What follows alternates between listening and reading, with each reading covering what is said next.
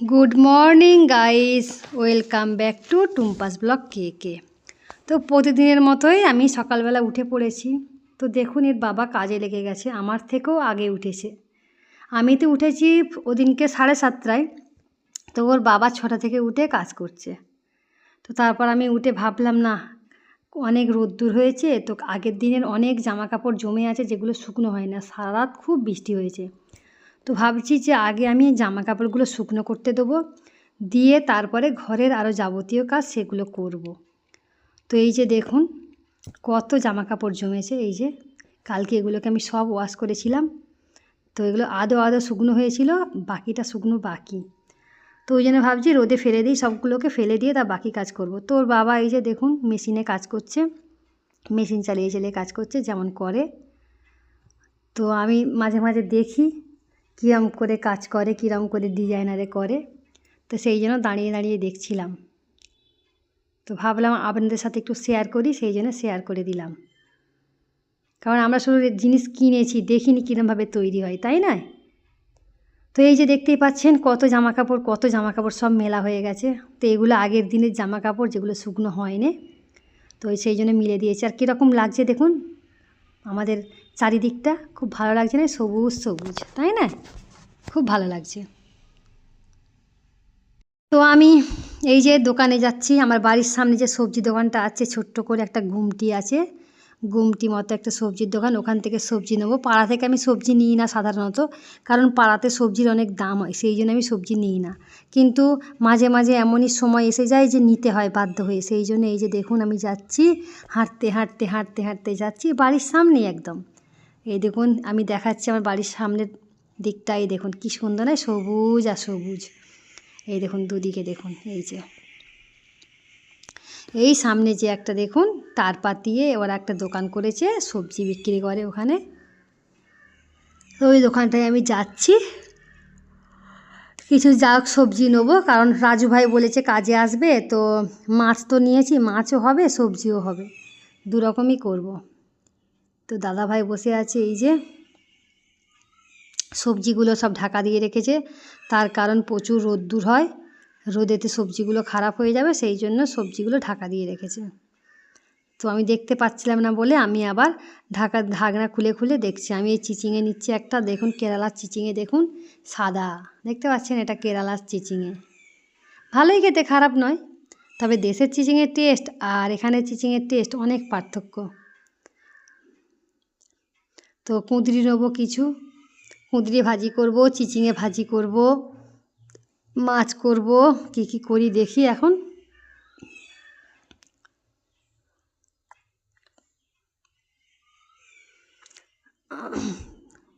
তো দাদা ভাই ওজন করছে, কত ওজন হয় দেখছে। আর কি নেবো বলছি দেখি, টমাটো, মনে হচ্ছে টমাটো নেবো, হ্যাঁ টমাটো। এই যে টমাটো নিয়েছিলাম, খুব দাম, খুব দাম, 120 টাকার থেকেও নাকি 150 টাকা হয়ে গেছে টমাটো, এত দাম বেড়ে গেছে। আমি বলি ঠিক আছে, আমার বেশি লাগবে না, 250 গ্রাম দিতে বলেছি, 250 গ্রাম দিচ্ছে।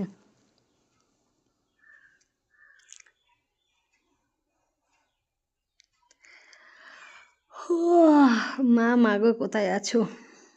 এই যে আলু নিচ্ছি, বলে 1 কিলো আলু দিতে 50 টাকা কিলো আলু, ভাবতে পারছেন কোথায় বাংলা আর কোথায় কেরালা?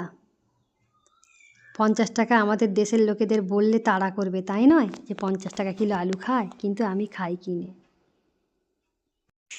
তো বন্ধুরা সবজি কেনা হয়ে গেছে, ভাবলাম একটু আমি আমাকেও দেখিয়ে দিই। এই যে সকালবেলা দেখুন আমাকে কেমন লাগছে, মাথার চুলারে সব তো ঘাঁটা, ঘুম থেকে উঠে মুখ ধুয়ে আর এই যে চলে এসেছি দোকানে। আর আপনাদেরকে বলছি যে দেখুন আমাকে কেমন লাগছে। আমি চারিদিকটা ঘুরিয়ে ঘুরিয়ে দেখাচ্ছি, কি দেখাবার। এই যে ওর বাবা রাজু ভাই দুজনে মিলে কাজ করতে শুরু করে দিয়েছে। তো রাজু ভাই আর ওর বাবা দুজনে মিলে হিসাব করে করে কাজ করছে, এই যে দেখুন। তো আমি তো এসবের কিছু, তো বন্ধুরা একটা মেয়ে এসেছিলো এই যে জিনিসপত্র বিক্রি করার জন্য, আমাকে অনেকক্ষণ ধরে বলছিল নাও না নাও না, সেই জন্য আমি নিয়েছি। এই যে টিফিন বক্স কটা নিয়েছি আর কটা প্লেট নিয়েছি। তো তো 650 টাকা পড়লো আমার এই দুটো জিনিস নিতে, 3টে প্লেট আর 3টে বক্স, 650 টাকা, 680 টাকা। আর এই যে দেখুন আমাদের সাদা বিড়ালটা আর কালো বিড়ালটা দুজনে মিলে এখানে একটু খেলা করছে। এই যে কালো বিড়ালটা কোথায় গেল, লুকিয়ে পড়েছে কালো বিড়ালটাকে, খুঁজেই পাচ্ছি না। সাদাটা দেখুন কত ধপধপে সাদা, কি ভালো লাগছে তাই না। হাই যে কালোটা, ওই যে এসেছে, ওই যে কালোটা এসেছে, ওর মা এখানে শুয়ে আছে আর ওরা দুজনে খেলা করছে। সাদাটাকে আমার এত ভালো লাগে, এই দেখুন কি সুন্দর ধপধপে সাদা একদম। তো ওর বাবারা ওদিকে কাজ করছে বলে আর ওরা ভয়ে ওদিকটা যেতে পারছে না, এখানটায় রয়েছে। এই যে লুকোচুরি খেলছে, আমার সাথে লুকোচুরি খেলছে। আমি যখনই সামনে যাচ্ছি তখনই লুকিয়ে পড়ছে, খুব ভয় পায় আসল কথা। ওই যে ওদের খেলা দেখব বলে আর আপনাদেরকে ওদের খেলাটা শেয়ার করব বলে তো আমি দাঁড়িয়ে থাকি, কিন্তু ওরা খেলা করতেই চায় না। আর যে এই যে বন্ধুরা, আমি রান্না করার জন্য দেখুন ঝিঙে কেটেছি, আমার গাছের ঝিঙে, টমেটো, পেঁয়াজ, কাঁচা লঙ্কা, আলু এগুলো কেটেছি পোস্ত দিয়ে, আদা বাটা দিয়ে, পোস্ত বাটা দিয়ে একটা গাঢ় গাঢ় মতো তরকারি করব। আর এই যে পোস্ত আর আদা বেটেছি আর তরকারিটা বানাচ্ছি। তো কড়াই 5 ফোড়ন দিয়েছি, কড়াই তেল দিয়েছি প্রথমে, দিয়ে 5 ফোড়ন দিয়েছি, দিয়ে সবজিটাকে ভালো করে ভাজবো, ভেজে তারপর মশলাটা দিয়ে কষে জল ঢেলে দেবো।